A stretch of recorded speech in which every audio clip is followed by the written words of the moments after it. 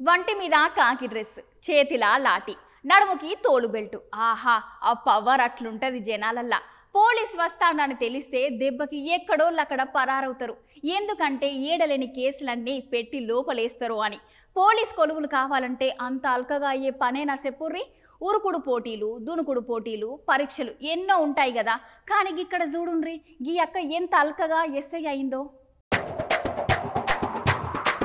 యోగి అక్కను చూసిర్రా, గెటప్ చూసి అక్క నిజంగా ఎస్ఐ అనుకున్నారు. కాదోల్లా, అక్క ఉత్త ఎస్ఐ. అవును, అక్క పక్క డూప్లికేట్ పోలీసు. అవునోల్లా, నార్కట్పల్లికి చెందిన ఈ అక్క పేరు మాలవిక అంట. అక్క నిజాం కాలేజీలో డిగ్రీ చేసిందంట. అయితే అక్క 2018లో జరిగిన పోలీస్ కొలువుల కోసమని గప్పట్ల ఆర్పిఎఫ్ పరీక్ష రాసిందంట. కానీ అక్క కళ్ళు సరిగా కనిపించావని కొలువు రాలేదంట. గక్కడితోనే అక్క ఊకున్నది అనుకుంటే ఊకలేదోళ్ళు. ఆ అక్క ఏం చేసిందంటే నార్కట్పల్లి గ్రామంలో నేను ఎస్ఐ అని చెప్పుకుంటూ తిరిగేదంట. అక్క చుట్టుపట్టు ఉన్న వాళ్ళందరి సుత గట్టిగా నమ్మించిందంట. అంతేకాదోల్లా, అక్క అట్లా చెప్పుకునేదే కాకుండా పోలీస్ బట్టలు, డూప్లికేట్ ఐడి కార్డ్ సుత రెడీ చేసుకున్నదంట. అయితే పెళ్లి సూపులకు కాని పోయి అక్క ఉత్తుత పోలీస్ అని అందరికీ ఎరకైంది. ఇంకా పెళ్లి సూపులకు సుత అక్క పోలీస్ బట్టల మిన్నే పోయిందంట.